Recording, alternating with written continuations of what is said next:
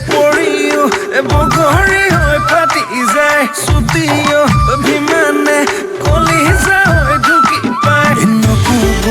লিখোৱা কথাতেই জানৈ মৰমত ৰং লাগি যায় ধুনুকৈ ভাগিব